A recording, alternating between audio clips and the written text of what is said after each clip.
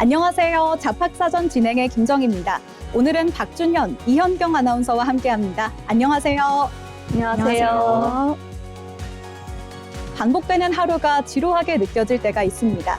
게다가 날이 더워지면 더 무료해지기도 하죠. 하지만 시선을 바꿔보면 지금 우리가 당연하게 해내고 있는 이 일들은 결코 그냥 얻어진 게 아닙니다. 그 자리에서 치열하게 고민하고 노력했던 시간들이 쌓인 결과물이죠. 오늘의 평범한 일상도 사실은 그동안 여러분이 스스로를 단단하게 단련해온 증거입니다. 그 탄탄한 내공 위에 실질적인 정보를 더해드리겠습니다. 오늘도 저희와 함께 해주시죠. 먼저 주요 뉴스 요약해드리는 잡뉴스 헤드라인 시간입니다. 첫 번째 소식입니다. 정부가 오는 2030년까지 AI와 반도체, 녹색 전환 등 신산업 분야에서 청년 전문 인력 20만 명을 양성합니다. 구윤철 부총리 겸 재정경제부 장관은 국가재정전략회의를 통해 이 같은 내용을 담은 청년 정책 추진 방향을 발표했는데요. 핵심은 일자리와 주거, 자산 형성입니다. 정부는 민간과 공공부문을 합쳐 총 20만 개의 청년 일자리를 창출하고 모두의 창업 프로젝트를 통해 10만 명 이상의 청년 창업가를 육성할 계획입니다. 또한 청년들이 선호하는 역세권의 고품질 공공임대주택을 우선 공급하고 내년에는 청년형 개인종합자산관리 계좌 ISA를 도입해 실질적인 자산 형성을 돕는다는 목표입니다. 결혼을 기피하는 요인이죠. 이른바 결혼 페널티도 개선되는데요. 신혼부부 주택자금 대출 시 소득 기준의 한시적 특례를 적용해 결혼 후에도 정책 지원에서 불이익을 받지 않도록 개선할 방침입니다. 아울러 유아 무상보육 확대와 국공립 어린이집 확충 등 육아 부담 완화 대책도 함께 담겼습니다. 정부는 이번 정책이 일회성에 그치지 않도록 청년들이 정책 의사결정 과정에 직접 참여하는 온오프라인 플랫폼을 운영해 청년 체감도를 높이겠다는 방침입니다. 다음 뉴스입니다. 정부가 플랫폼 종사자와 프리랜서 등 노무 제공자를 위한 전담기관인 K노동회의소 설립을 본격적으로 추진합니다. 김영훈 고용노동부 장관은 국가재정전략회의를 통해 노동조합 가입이 어려운 다양한 일하는 사람들을 위한 이해대변기구로서 K노동회의소 설립 계획을 밝혔습니다. K노동회의소는 복지, 생계권익 보호 정책을 통합 제공하는 컨트롤타워 역할을 하게 되는데요. 특히 건설근로자 공제회와 유사한 자조적 공제 시스템 도입해 향후 210만 명 이상의 가입자와 1조 원 규모의 공제금을 운용하는 거대 기관으로 육성하겠다는 구상입니다. 이를 위해 정부는 올 하반기 설립 로드맵을 마련하고 내년 관련 법안 통과를 거쳐 오는 2028년 운영을 시작할 계획이고 일하는 사람 권리 기본법 제정과 기존 법령의 전면 개정을 통해 고용계약 여부가 아닌 실제 노무 제공 여부를 기준으로 사회 안정망 범위를 대폭 넓힐 방침입니다. 다음 소식입니다. 문화체육관광부가 한국관광공사와 함께 관광업계 인력난 해소와 청년 일자리 창출을 위한 2026 산업현장 연계형 관광인력 양성 사업을 본격 추진합니다. 이번 사업은 전국 8개 권역의 관광기업 지원센터를 거점으로 진행되는데요. 부산, 전북, 인천, 경북 등 각 지역의 관광산업 특성과 기업 수요를 반영해 맞춤형 직무교육과 실습을 제공하며 이를 정규직 채용으로 연결하는 것이 핵심입니다. 특히 참여기업의 인건비 부담을 낮춰 채용을 독려하기 위해 인턴십 기간 3개월 동안 참여자 1인당 월 216만 원 수준의 인건비를 지원하며 인턴십 종료 후 참여자를 정규직으로 전환할 경우 3개월간 총 180만 원의 고용유지 인센티브를 추가로 지급합니다. 기업에는 맞춤형 인재를, 청년에게는 안정적인 일자리를 제공하는 이번 사업이 지역 관광산업에 활력을 불어넣을 계기가 될 수 있을지 주목됩니다. 지금까지 잡뉴스 헤드라인 전해드렸는데요. 이번에는 실제 직업 현장으로 가보겠습니다. 다양한 직업을 직접 만나보고 그 속에서 일하는 사람들의 이야기를 들어보는 시간이죠. 현장 속으로 박준현 아나운서가 전해드립니다. 전해주시죠. 네, 모두가 잠들어 있는 늦은 밤 하루 동안 수많은 승객을 태우고 달린 지하철의 열차들이 차량 기지로 들어옵니다. 열차의 운행은 끝났지만 차량 정비사들의 하루는 이때부터 시작이 되는 건데요. 작은 이상 하나가 수많은 승객의 안전과 연결되는 만큼 다음날 운행 전까지 차량 곳곳을 꼼꼼히 살펴봐야 합니다. 오늘 현장 속에서는 이 시민들의 안전한 출근길을 준비하는 사람들, 지하철 차량 정비사의 현장을 찾아가 보겠습니다. 막차 운행을 마친 열차가 차량 기지로 들어오면 정비사들은 먼저 기관사가 전달한 운행 기록과 이상 내용을 확인합니다. 운행 중 평소와 다른 소리가 나지는 않았는지, 또 출입문이나 냉난방 장치에 문제가 생기지 않았는지 살펴보는데요. 이어 열차 외부를 돌며 차체와 창문, 조명 상태를 확인하게 됩니다. 겉으로는 평소와 다르지 않은 열차지만 정비사들은 작은 흔적과 소리에서도 이상 신호를 찾아냅니다. 네, 이제 정비사들이 열차 아래쪽으로 이동하게 되는데요. 열차 하부에는 바퀴와 차축, 제동장치 등 안전운행을 책임지는 핵심 장치들이 모여 있습니다. 조명을 비추며 바퀴가 비정상적으로 닳지는 않았는지, 또 부품이 느슨해지거나 기름이 새는 곳은 없는지 확인합니다. 특히 열차를 멈춰 세우는 제동장치는 반드시 점검을 해야 하는데요. 압력과 작동 상태를 확인하고 이상이 발견되면 부품을 조정하거나 교체하기도 합니다. 작은 균열이나 느슨해진 부품 하나도 운행 중에는 큰 위험으로 이어질 수 있는 만큼 세심한 관찰이 필요하겠습니다. 네, 승객이 직접 이용하는 출입문도 중요한 점검 대상입니다. 정비사는 문을 여러 차례 열고 닫으며 일정한 속도로 움직이는지를 확인하는데요. 문 사이에 물체가 끼었을 때 이를 감지하는 장치와 문이 완전히 닫혔음을 알리는 신호도 함께 점검합니다. 객실 조명과 안내방송, 냉난방 장치와 비상 설비도 빠짐없이 살펴보는데요. 차량 정비사들에게는 기계와 전기에 대한 지식뿐 아니라 반복되는 작업 속에서도 작은 차이를 발견하는 집중력이 필요합니다. 동료들과 역할을 나누는 만큼 정확한 소통과 협업도 중요하겠습니다. 네, 모든 점검이 끝나면 수리한 장치가 정상적으로 작동되는지 다시 확인합니다. 안전하게 운행할 수 있는 판단이 내려져야 열차는 다시 선로로 나갈 수가 있는 건데요. 그리고 아침이 밝아오면 반세 점검을 마친 열차가 첫 승객을 태우기 위해 차량 기지를 출발합니다. 우리는 매일 익숙하게 지하철을 오르지만 그 일상 뒤에는 열차 아래로 들어가 바퀴를 살피고 제동장치와 출입물을 반복해서 확인하는 사람들이 있습니다. 도시가 잠든 사이 시민들의 안전한 하루를 가장 먼저 준비하는 사람들, 바로 지하철 차량 정비사입니다.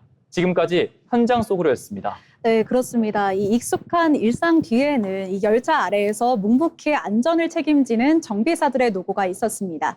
오늘도 당연하게 누리는 우리의 일상이 누군가의 책임감으로 지켜지고 있다는 사실을 다시금 깨닫게 되는 시간이었습니다. 다음은 지금 바로 활용할 수 있는 실질적인 취업 정보를 전해드리는 오늘의 잡정보입니다. 이현경 아나운서가 준비했는데요. 전해주시죠. 네, 오늘의 잡정보 시간입니다. 취업 준비가 길어질수록 자신감까지 잃는 경우가 있습니다. 이런 시기를 이겨내기 위해 진로 상담부터 취업 준비, 생활 관리까지 함께 지원하는 제도가 있는데요. 오늘의 잡정보에서는 청년 성장 프로젝트를 알려드리겠습니다. 청년 성장 프로젝트는 고용노동부와 지방자치단체가 함께 운영하는 청년 지원 사업입니다.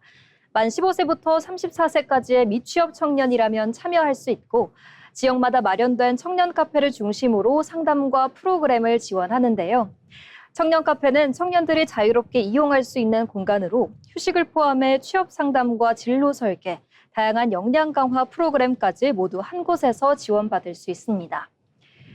청년 성장 프로젝트는 어떤 도움을 주게 될까요? 먼저 초기 상담을 통해 참여자의 특성을 파악하고 맞춤형 컨설팅을 진행합니다. 이후 개인의 상황에 맞춰 경력 설계와 진로 탐색, 실전 취업 준비 등 맞춤형 프로그램이 연계되는데요. 심리 상담도 받을 수 있고 프로그램에 참여하지 않더라도 청년이라면 누구나 청년 카페 공간을 자유롭게 이용할 수 있습니다. 프로그램도 다양합니다. 이력서와 자기소개서 작성, 면접 컨설팅 같은 취업 준비는 물론이고 생성형 AI 활용 교육과 디지털 역량 교육, 현직자 멘토링, 이미지 메이킹, 금융교육 등 지역별 특성에 맞는 프로그램이 운영됩니다. 이처럼 단순히 취업 기술만 배우는 것이 아니라 청년들이 자신에게 맞는 진로를 찾고 사회에 한 걸음 더 나아갈 수 있도록 돕는 것이 특징입니다. 프로그램을 마친 뒤에도 지원은 계속 이어집니다.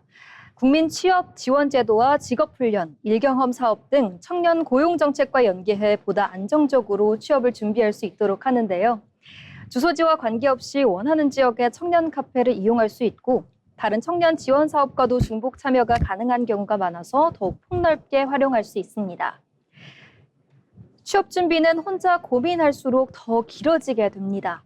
진로를 결정하기 어렵거나 취업 준비를 다시 시작하고 싶다면 가까운 청년 카페를 찾아 상담을 받아보는 것도 방법인데요. 청년성장 프로젝트는 고용24 또는 청년성장 프로젝트 홈페이지에서 지역별 운영기관과 프로그램을 확인한 뒤 신청할 수 있습니다. 지금까지 오늘의 잡정보였습니다.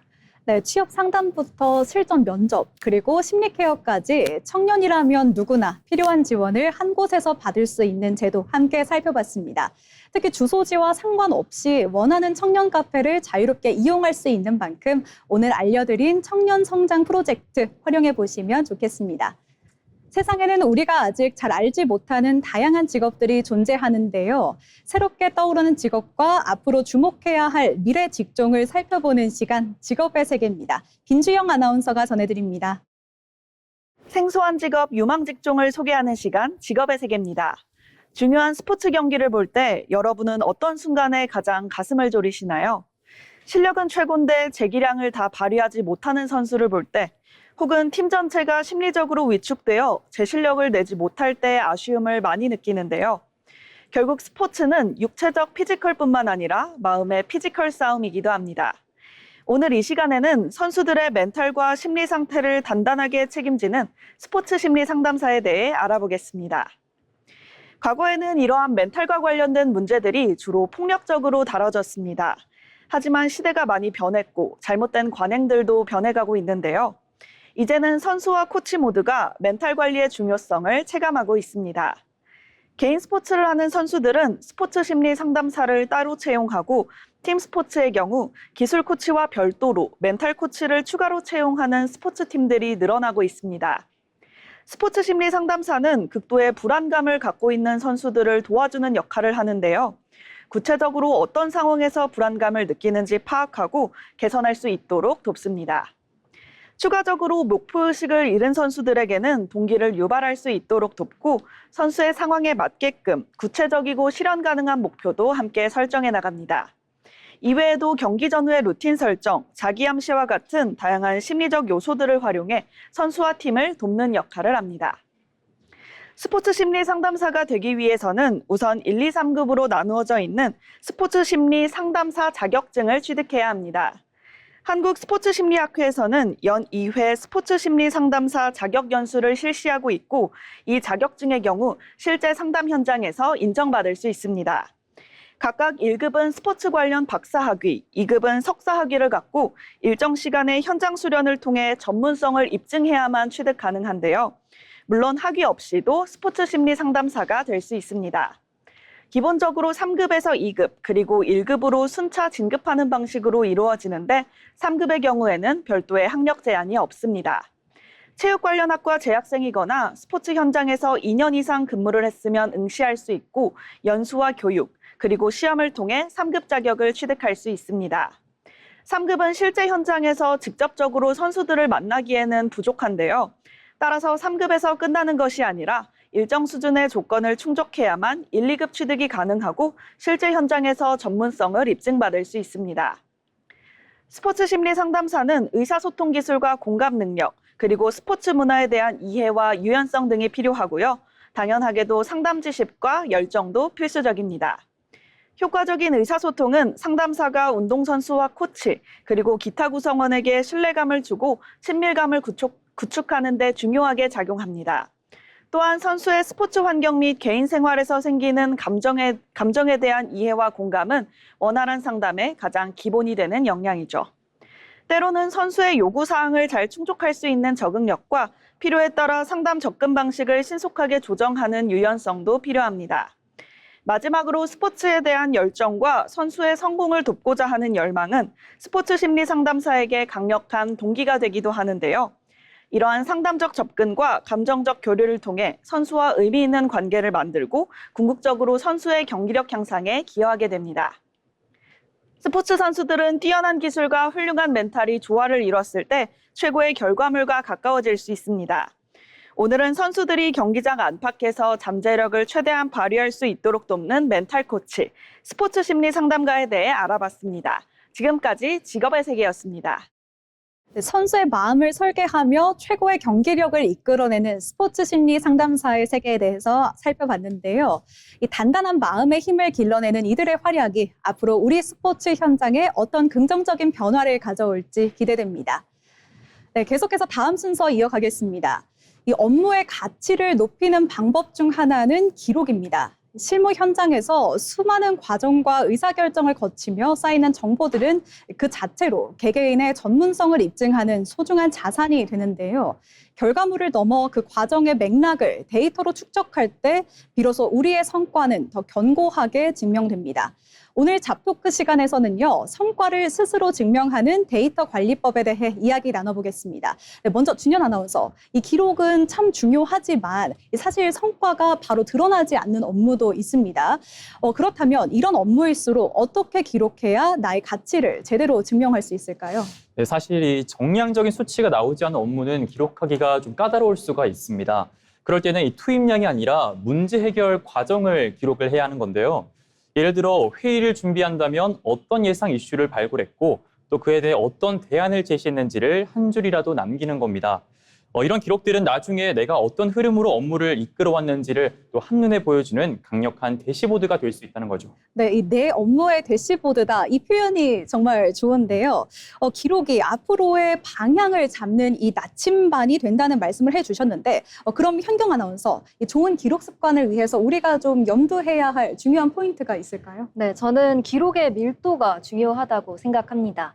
내가 나중에 이 업무를 다시 돌아볼 때 무엇이 가장 중요할까에 대한 것을 적는 건데요. 핵심만 짧게 하지만 맥락은 선명하게 남기는 연습을 반복하다 보면 그 데이터가 훗날 다른 프로젝트를 할 때 나만의 강력한 레퍼런스가 될 수 있습니다. 또 다음 업무를 시작할 때 시행착오를 줄여주는 방법이기도 합니다. 네, 결국 기록은 오늘의 고민을 이 내일의 확신으로 바꿔주는 그러한 강력한 도구라는 생각이 드는데요. 준현 아나운서는 어떻게 생각하시나요? 네, 저는 이 기록의 밀도에 더해서 기록을 하는 것에 대해서도 좀 말씀을 드리고 싶은데요. 접근성이 좋은 것에 기록을 하는 것이 중요하다고 생각합니다. 내가 매일 켜두는 프로그램이나 자주 접근하는 툴에 기록을 하는 게 가장 효율적이고 또 그래야 습관으로 자리 잡기 때문인데요. 그리고 이 기록을 위한 시간을 빼기 위해 노력을 많이 쏟기보다 틈틈이 이 기록을 하는 것이 익숙해지는데 더욱더 필요해 보입니다. 네, 일상 속에서 좀 더 가볍게 스며들 수 있도록 이렇게 노력하는 게 중요하다라는 포인트를 짚어주셨는데요. 이 결국 기록이 우리의 업무의 일부가 될 때 비로소 데이터로 자산이 되는 것 같습니다. 두 분 말씀을 들어보니까 이 기록은 내 책상 위에서 시작할 수 있는 이 확실한 커리어 전략이라는 생각이 드는데요. 그렇다면 현경 아나운서 이어서 좀 말씀해 주시죠. 네, 오늘부터 거창한 목표보다는 내 업무의 맥락이 담긴 딱 한 줄의 기록을 시작해 보시면 좋겠습니다. 완벽하게 기록하겠다는 부담감 대신에 가벼운 마음으로 시작하는 게 중요하니까요. 훗날 그 기록들이 쌓이다 보면 업무를 대하는 시야도 한층 더 넓어져 있을 거라고 생각합니다. 네, 그렇습니다. 사실 우리가 매일 마주하는 수많은 업무가 그저 흘러가 버리는 시간처럼 느껴질 때도 있지만 오늘 말씀 나눈 것처럼 그 과정의 맥락을 짧게라도 기록해둔다면 그 데이터는 시간이 흐른 뒤 여러분의 전문성을 증명하는 자산이 될 거라고 생각합니다. 성과를 스스로 증명하는 데이터 관리법, 오늘 나눈 이야기들이 여러분께 도움이 되었길 바라며 잡토크는 여기서 마치겠습니다.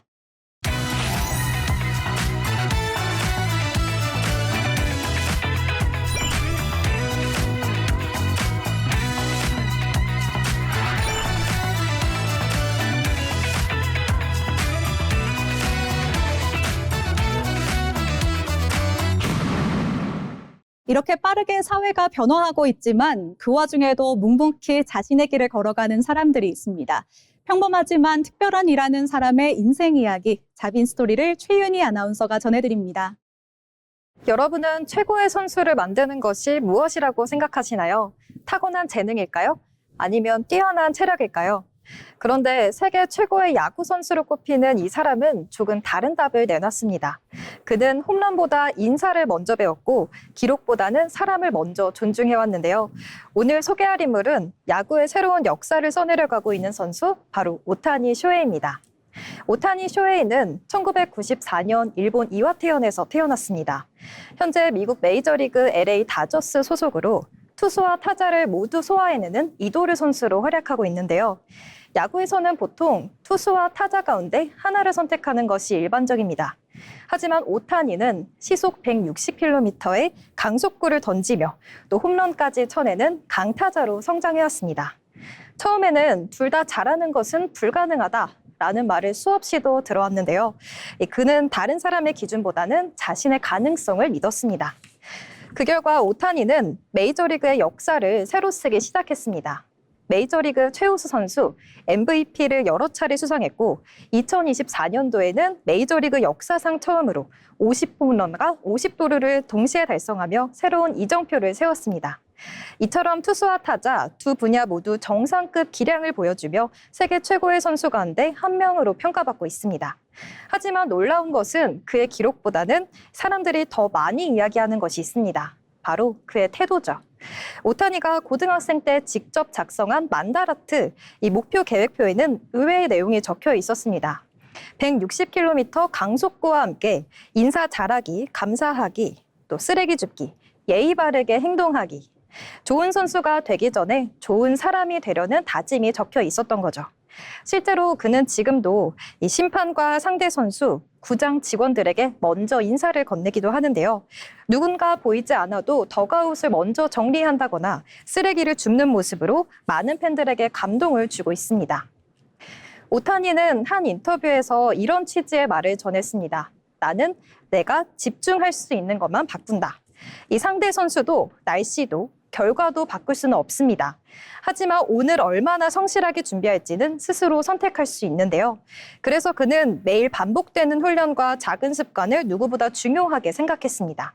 결국 지금의 오타니를 만든 건 특별한 재능이 아니라 평범한 하루를 꾸준히 쌓아온 시간이었습니다. 오타니 쇼헤이는 야구를 잘하는 선수를 넘어 어떤 태도로 살아야 하는지를 보여준 사람이었습니다. 우리는 종종 성공한 사람들의 결과만 바라보곤 하죠. 하지만 그 결과 뒤에는 남들보다 먼저 임사하는 습관, 그리고 감사하는 마음, 그리고 매일 자신과의 약속을 지켜온 시간이 있었는데요. 어쩌면 성공은 특별한 재능이 아니라 평범한 일을 특별하게 꾸준히 해내는 사람에게 찾아오는 것인지도 모르겠습니다. 오늘 여러분의 작은 습관 하나가 언젠가 인생을 바꾸는 가장 큰 힘이 될 수 있다는 것. 지금까지 자빈스토리였습니다. 네, 평범한 일을 특별하게 지속하는 힘이 바로 성공의 핵심이라는 점을 다시 한번 느낄 수 있는 시간이었는데요. 이 야구장 안팎에서 보여준 그의 진심 어린 태도가 오늘을 살아가는 우리에게도 큰 기감이 됩니다. 계속해서 경제로 보는 일터입니다. 경제의 변화는 곧 일의 방식과 일자리의 모습에도 영향을 미치죠. 이번 시간에는 경제 흐름을 통해 산업과 일터의 변화를 함께 들여다보겠습니다. 신민아 아나운서가 전해드립니다. 경제 흐름을 통해 우리의 일터를 들여다보는 시간, 경제를 보는 일터입니다. 올해 상반기에 우리나라 화장품 수출이 70억 달러를 기록하면서 역대 최대 실적을 경신했습니다. 특히 미국이 지난해에 이어 올해 상반기에도 우리나라 화장품 최대 수출국을 유지하면서 K-뷰티의 글로벌 경쟁력도 한층 높아지고 있는데요. 그런데 화장품 수출이 늘어났다는 소식은 단순히 기업의 매출이 증가했다는 의미만은 아닙니다. 생산과 연구개발, 해외 영업은 물론 콘텐츠 제작과 물류까지 다양한 일터에도 새로운 변화를 만들고 있는데요. 오늘은 K-뷰티 수출 증가가 우리의 일터를 어떻게 바꾸고 있는지 살펴보도록 하겠습니다. K-뷰티가 빠르게 성장한 가장 큰 이유는 해외 소비자들의 신뢰가 높아졌기 때문입니다. 과거에는 중국 시장 비중이 컸지만 최근에는 미국이 가장 큰 수출 시장으로 자리 잡았고 일본과 유럽, 동남아 시장까지 꾸준히 확대되고 있습니다. SNS와 쇼핑 콘텐츠를 통해 해외 소비자들이 한국 화장품을 쉽게 접하게 되면서 브랜드 인지도도 함께 높아졌는데요. 수출이 늘어나자 기업들은 생산 시설을 확대하고 미국과 유럽 시장을 겨냥한 신제품 개발에도 속도를 내고 있습니다. 산업 현장도 함께 변화하고 있습니다. 과거에는 좋은 제품을 만드는 것이 가장 중요했다면 이제는 해외 소비자의 취향을 빠르게 반영하고 시장 변화에 맞춰 제품을 개발하는 것이 경쟁력이 되고 있습니다. 이에 따라 연구개발과 생산관리뿐 아니라 브랜드 기획과 디자인, 해외 영업과 글로벌 마케팅의 역할도 더욱더 커지고 있는데요. 또 해외 주문량이 늘어나면서 품질 관리와 물류 운영, 생산 관리 인력에 대한 수요도 함께 증가하고 있습니다. K뷰티 산업의 성장은 화장품을 만드는 공장만이 아니라 산업 전반의 구조를 바꾸고 있는 것입니다. 이와 함께 새로운 직무도 빠르게 늘어나고 있습니다. 대표적으로 해외 SNS를 운영하는 글로벌 콘텐츠 마케터와 라이브 커머스 기획자, 인플루언서 협업을 담당하는 브랜드 마케팅 직무가 주목받고 있는데요. 또 해외 바이어와 소통하는 수출 담당자와 글로벌 고객을 응대하는 다국어 CS, 국가별 인증과 통관 절차를 관리하는 해외 인증 전문가의 역할도 점점 더 중요해지고 있습니다. 즉, 화장품을 만드는 사람뿐만 아니라 기획하고 알리고 판매하는 사람까지 다양한 분야에서 새로운 일자리가 계속해서 만들어지고 있는 겁니다. 기업들의 일하는 방식도 달라지고 있습니다. 해외 소비자들의 반응을 실시간으로 분석해서 제품을 개선하고 온라인 중심으로 신제품을 출시하는 사례도 늘어나고 있는데요.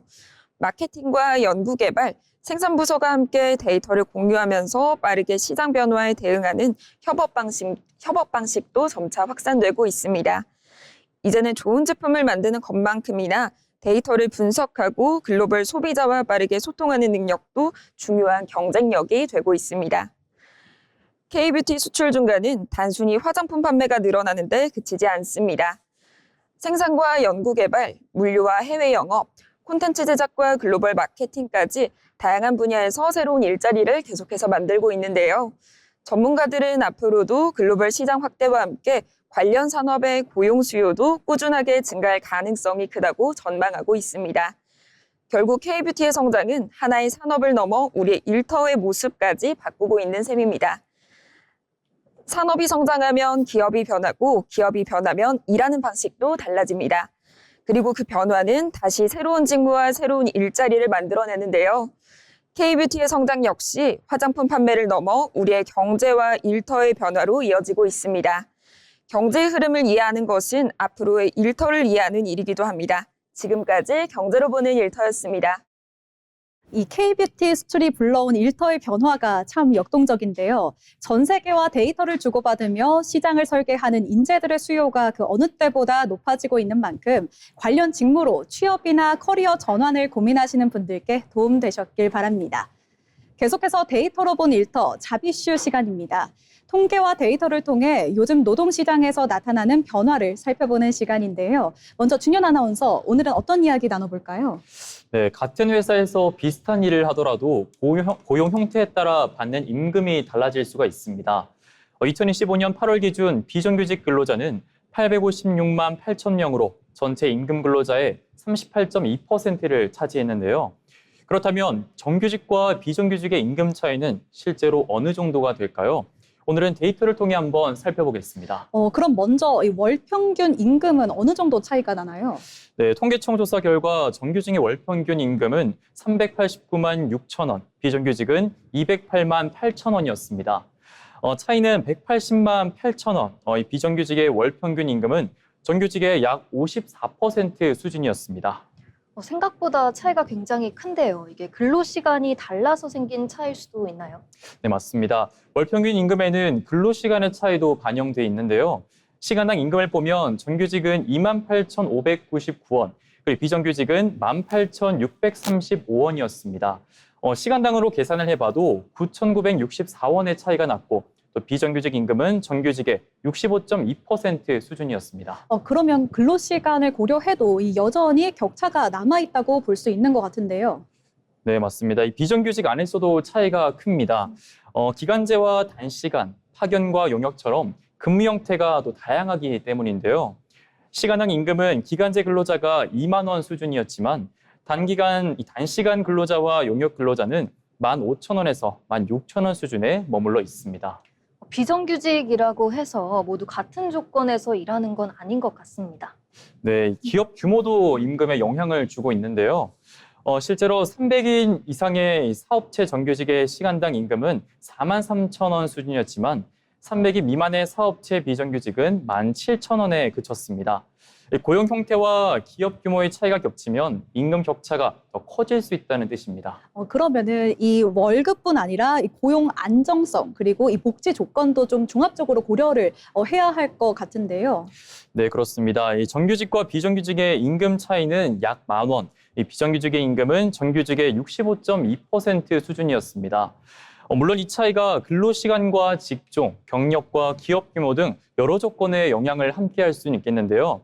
하지만 고용 형태만으로 불합리한 차별이 생기지 않도록 하고 비정규직도 경력을 쌓아서 더 안정적인 일자리로 이동할 수 있게 하는 것, 이 노동시장의 격차를 줄이기 위해 함께 고민해야 할 과제입니다. 네, 그렇습니다. 이 데이터를 통해서 살펴본 것처럼 임금 격차는 근로시간을 고려해도 남아 있었습니다. 이 월급의 차이뿐 아니라 고용 안정성과 경력의 기회까지 함께 살펴봐야겠는데요. 계속해서 현경 아나운서가 준비한 데이터도 함께 보겠습니다. 어떤 내용일까요? 네, 오늘 데이터로 본 일터에서는 글로벌 커리어의 최신 흐름을 살펴보겠습니다. 해외에서 새로운 기회를 찾는 청년들이 늘고 있는데요. 한국산업인력공단 해외 취업 종합 통계에 따르면 지난해 해외 취업자는 6,607명으로 역대 최대를 기록했습니다. 2021년과 비교하면 약 77%나 증가한 수치인데요. 데이터가 보여주는 글로벌 커리어의 흐름을 함께 살펴보겠습니다. 사실 실제로 이 주변에서 이 해외 취업을 희망한다, 혹은 또 취업을 했다 이런 사례를 좀 접하게 되는데요. 그렇다면 가장 많은 청년들이 선택한 국가는 어디일까요? 네, 가장 많은 청년들이 향한 곳은 일본입니다. 지난해 일본 취업자는 2,257명으로 전체 국가 가운데 가장 많았고, 이어 미국 958명, 베트남 436명, 호주 403명, 싱가포르 327명 순으로 나타났습니다. 특히 일본 취업자는 2021년 586명에서 4배 가까이 늘어나며 가장 큰 증가폭을 보였습니다. 네, 이제는 미국뿐 아니라 아시아 국가들도 글로벌 커리어의 중요한 무대로 자리를 잡고 있는 모습인데요. 그러면 이 해외에서는 어떤 직무의 채용이 가장 활발한가요? 네, 현재 데이터를 보면 전문가 및 관련 종사자가 2,017명으로 가장 많았습니다. 이어 사무직이 1,934명, 서비스직이 1,331명으로 뒤를 이었는데요. 단순 노무직보다 전문성과 직무 역량을 요구하는 일자리 비중이 높은 것이 특징입니다. 그 말씀은 결국 글로벌 무대에서도 무슨 전공을 했는지보다 어떤 역량을 갖추고 있는지가 더 중요해진 것 같습니다. 네, 그럼 연령대별 특징도 있을까요? 네, 지난해 해외 취업자 가운데 29세 이하가 4,728명으로 전체의 약 72%를 차지했습니다. 이어 30세에서 34세는 1,502명으로 집계됐는데요. 글로벌 커리어에 도전하는 중심이 청년층이라는 점을 확인할 수 있습니다. 그러면은 이런 흐름이 취업 시장에서 좀 우리 국내에서는 조금 어렵지 않습니까? 그렇다면 그 눈을 좀 해외로 돌리는 것 같은데 그렇게 좀 해석을 해도 될까요?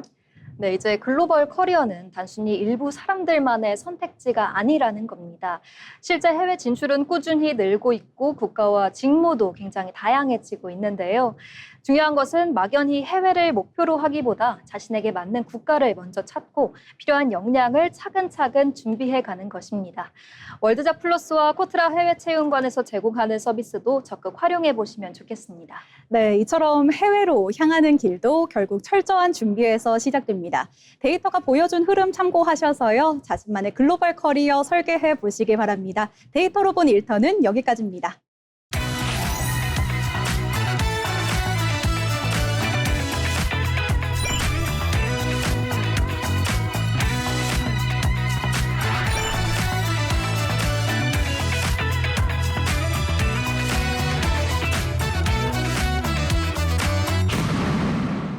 취업을 준비할 때 중요한 것 중 하나는 바로 기업을 제대로 이해하는 것이죠. 이번에는 기업의 특징과 산업 트렌드를 살펴보는 시간입니다. 기업 사전, 기업을 알고 잡자, 이혜린 아나운서가 준비했습니다. 기업을 쉽고 재밌게 알아보는 시간, 기업 사전입니다. 컴퓨터를 사용하시면서 알집이나 알약 프로그램 한 번쯤 사용해 보신 적 있으신가요?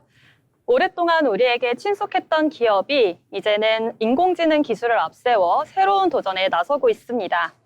오늘 소개해드릴 기업은 국민 PC 소프트웨어 기업에서 AI 기업으로 변신하고 있는 이스트소프트입니다. 이스트소프트는 1993년 설립된 국내 소프트웨어 기업입니다.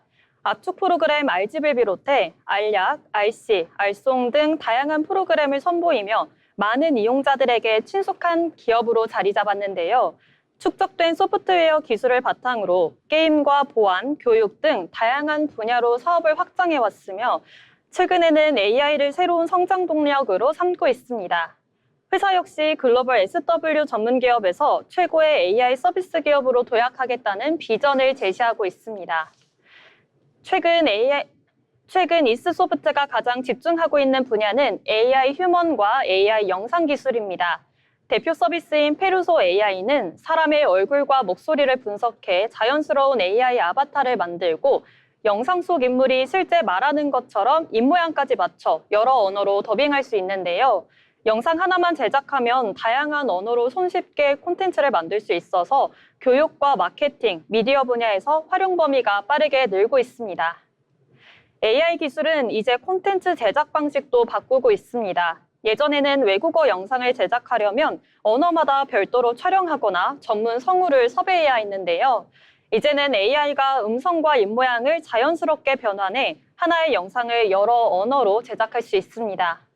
이스소프트는 이러한 기술을 통해 국내 기업과 크리에이터들이 해외 시장에 보다 쉽게 진출할 수 있도록 지원하고 있습니다. 이스소프트의 AI는 영상 제작에만 머물지 않습니다. 실시간으로 대화하는 AI 휴먼과 음성 인식, 생성형 AI 기술을 접목해 키오스크와 웹, 모바일 등 다양한 환경에서 활용할 수 있는 서비스를 개발하고 있는데요. 사람과 대화하듯 자연스럽게 소통하는 AI를 목표로 일상 속에서 쉽게 사용할 수 있는 AI 기술을 확대해 나가고 있습니다. 우리 생활과도 AI는 점점 가까워지고 있습니다. 기업 고객 상담부터 온라인 강의, 홍보 영상, 관광 안내, 공공 서비스까지 AI 휴먼의 활용 분야가 빠르게 늘고 있는데요. 이스소프트는 새로운 기술을 개발하는 것을 넘어 실제 생활에서 바로 활용할 수 있는 실용적인 AI를 만드는 데 집중하고 있습니다. 30년 전 국민피스 프로그램으로 시작한 이스소프트. 이제는 AI 휴먼과 영상 번역, 생성형 AI 기술을 중심으로 새로운 성장에 도전하고 있습니다. 소프트웨어 기업에서 AI 서비스 기업으로 변화를 이어가면서 글로벌 시장 진출에도 속도를 내고 있는데요. 익숙한 프로그램을 만들던 이 기업이 AI 시대에는 어떤 새로운 기술을 선보일지 기대가 모아지고 있습니다. 지금까지 기업사전이었습니다. 알집과 알약이 이제는 실제 생활과 비즈니스 현장에서 바로 활용되는 이 실용적 AI 기업으로 거듭나고 있는데요. 네, 앞으로 AI라는 새로운 미래를 그려가는 이스트소프트의 행보가 기대됩니다.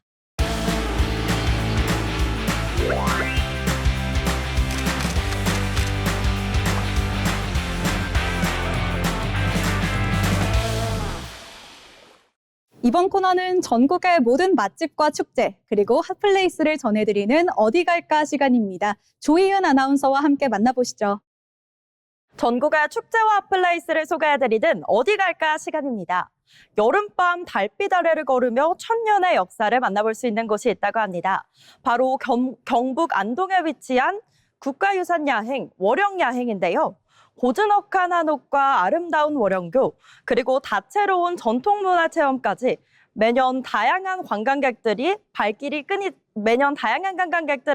끊이지 않고 있다고 합니다. 그럼 지금부터 국가월영야행에 대해 알아보겠습니다. 월영야행은 안동의 대표 국가유산과 문화유산을 밤에 즐길 수 있도록 마련된 야간 문화축제입니다. 문화유산청이 추진하는 국가유산 야행 사업의 하나로 낮에는 볼 수 없었던 안동의 또 다른 매력을 밤에 만날 수 있도록 기획됐는데요.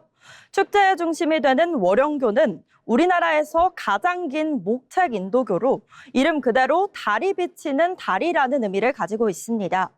밤이 되면 은은한 조명과 강물에 비친 달빛이 어우러져 안동을 대표하는 야경 명소로 손꼽히고 있습니다. 또 이처럼 아름다운 자연경관과 국가유산을 함께 즐길 수 있다는 점이 월영야행만의 가장 큰 매력으로 꼽히고 있습니다.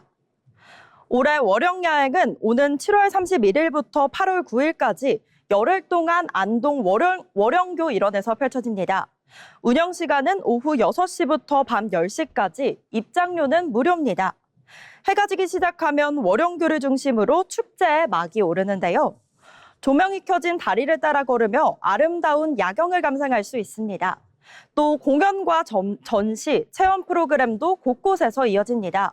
특히 여름철 무더운 시간을 피해 시원한 저녁 시간을 즐길 수 있다는 점도 월영야행이 꾸준히 사랑받는 이유 중 하나로 꼽히고 있습니다. 올해 월영야행은 안동 파랴를 중심으로 더욱 풍성한 프로그램을 보입니다. 파랴는 밤을 8가지 테마로 즐긴다는 의미인데요. 야경을 감상하는 야경, 국가유산을 따라 걷는 야로, 그리고 역사를 배우는 야사와 공연을 즐기는 야설, 또 전시를 만나는 야화와 먹거리를 즐기는 야식, 고택에서 머무는 야숙과 마지막으로 전통시장을 체험하는 야시까지 보고 듣고 먹고 체험하는 모든 즐거움을 한자리에서 경험할 수 있습니다. 단순히 공연을 관람하는 축제를 넘어 안동의 역사와 문화를 직접 체험할 수 있도록 구성한 것이 특징입니다. 특히 올해는 참여형 프로그램이 더욱 확대됐습니다. 어린이를 위한 달빛 아래 장원급제 역사 골든벨과 안동의 전통주를 직접 만들어보는 월영술도가 체험이 새롭게 마련됐는데요. 또 가족이 함께 참여하는 놀이 프로그램과 전통문화 체험도 다양하게 준비되어 있어서 남녀노소 모두가 즐길 수 있는 축제로 꾸며질 예정입니다. 외국인 관광객도 쉽게 참여할 수 있는 프로그램이 확대되면서 한국의 전통문화를 세계에 알리는 축제로도 주목받고 있습니다. 또 안동하면 빼놓을 수 없는 것이 바로 전통문화입니다. 안동은 하회마을과 도산서원을 비롯해 수많은 국가유산을 간직한 대한민국 대표 역사문화 도시인데요. 유교문화와 선비정신, 그리고 전통음식과 공연문화까지 오늘날에도 지역 곳곳에서 살아 숨쉬고 있습니다. 월영야행은 이러한 안동의 문화유산을 보다 쉽고 재미있게 즐길 수 있도록 만든 축제로 역사와 관광을 함께 경험할 수 있다는 점에서 더욱 의미가 있습니다. 여름밤 은은한 달빛 아래에서 걷는 월영교의 풍경은 낮과는 또 다른 감동을 선사합니다. 전통 공연을 감상하고 안동의 먹거리를 맛보고 아름다운 야경까지 즐길 수 있는 이번 월영야행. 올여름 특별한 축제를 만들고 싶으시다면 월영야행은 어떨까요? 지금까지 어디 갈까였습니다. 안동의 고유한 유교 문화와 선비 정신을 야간 콘텐츠로 재해석한 월영야행으로 함께 떠나봤습니다. 마지막으로 알아두면 도움이 되는 생활 정보를 전해드리는 알쓸정 시간입니다. 류예림 아나운서가 전해드립니다. 알아두면 쓸데있는 정보 알쓸정 시간입니다. 비행기를 타면 이륙하거나 착륙하기 전 승무원이 꼭 하는 안내가 있죠. 바로 창문 덮개를 열어주세요라는 안내입니다. 그런데 한 번쯤 이런 생각 해보신 적 있으실까요? 굳이 왜 창문 덮개를 열어야 할까? 오늘은 우리가 당연하게 따르고 있었던 이 안내가 왜 중요한지, 그리고 알아두면 도움이 되는 항공안전정보까지 함께 살펴보겠습니다. 먼저 가장 큰 이유는 안전입니다. 많은 분들이 밖을 잘 보라고 여는 것 아닐까 하고 생각하시는데요. 사실 가장 중요한 이유는 따로 있습니다. 비행기가 이륙하거나 착륙하는 순간은 비행 중에서도 가장 많은 주의가 필요한 시간입니다. 만약 예상하지 못한 상황이 발생한다면 승무원은 물론 승객들도 기체 밖 상황을 최대한 빨리 확인해야 하는데요. 이때 창문 덮개가 열려 있으면 기체 밖에 연기가 있는지, 불이 난 곳은 없는지 등을 바로 확인할 수 있습니다. 또 이런 정보는 어느 방향으로 대피하는 것이 안전한지 판단하는 데도 중요한 역할을 하는데요. 생각보다 작은 창문 하나가 승객들의 안전을 지키는 중요한 역할을 하고 있는 셈입니다. 여기서 하나 더 알아두시면 좋은 정보가 있습니다. 창문을 열어두는 이유는 눈이 바깥에 미리 적응하도록 하기 위해서기도 합니다. 조금 의외라고 생각하실 수도 있는데요. 예를 들어 낮에는 기내보다 바깥이 훨씬 밝고 밤에는 반대로 기내가 더 밝은 경우가 많습니다. 만약 갑자기 밖으로 대피해야 하는 상황이 생긴다면 눈이 밝기 변화에 바로 적응하지 못해 순간적으로 움직임이 늦어질 수도 있는데요. 하지만 미리 창문을 열어두면 눈이 조금씩 바깥 환경에 적응하게 되고 비상 상황에서도 주변을 더 빠르게 살필 수 있게 됩니다. 평소에는 별것 아닌 것처럼 보이는 행동이지만 위급한 순간에는 아주 큰 차이를 만들 수 있는 안전수칙인 것입니다. 그렇다면 승무원은 왜 이륙과 착륙할 때만 창문을 열라고 안내하는 걸까요? 그 이유는 대부분의 항공기 사고가 이륙 직후와 착륙 직전에 발생하기 때문입니다. 그래서 이 시간에는 승무원들도 객실을 한 번 더 꼼꼼하게 점검하는데요. 좌석 등받이를 세워달라고 안내하고 테이블을 접어달라고 하는 것도 모두 같은 이유입니다. 혹시 모를 비상 상황이 발생했을 때 승객들이 최대한 빠르고 안전하게 대피할 수 있도록 미리 준비하는 과정인 거죠. 창문 덮개를 여는 것도 이처럼 여러 안전 절차 가운데 하나라고 이해하시면 됩니다. 평소에는 잠깐의 불편함처럼 느껴지실 수 있지만 위급한 순간에는 몇 초의 차이가 큰 안전으로 이어질 수도 있습니다. 오늘 내용 마지막으로 정리해 보겠습니다. 비행기 창문 덮개를 여는 이유는 단순히 규정을 지키기 위해서가 아니라 승객 모두의 안전을 위한 중요한 절차입니다. 기체 밖의 상황을 빠르게 확인하고 눈이 주변 밝기에 미리 적응할 수 있도록 하기 위한 이유도 담겨 있는데요. 이제 비행기를 타게 된다면 승무원의 창문 덮개를 열어주세요라는 안내가 조금은 더 의미 있게 다가오지 않을까요?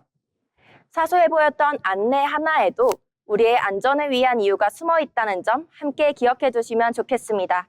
다음 시간에도 일상 속 숨어 있던 흥미로운 정보로 찾아뵙겠습니다. 지금까지 알쓸정이었습니다. 네, 안전한 비행 위해서요. 오늘 전해드린 정보 눈여겨보시면 좋겠습니다. 오늘 잡학사전에서는 우리의 일상을 둘러싼 변화와 커리어에 대한 정보들 살펴봤는데요. 여러분의 내일을 준비하는 데 도움이 되었길 바랍니다. 그럼 저희는 여기서 인사드리겠습니다. 시청해주신 여러분 고맙습니다.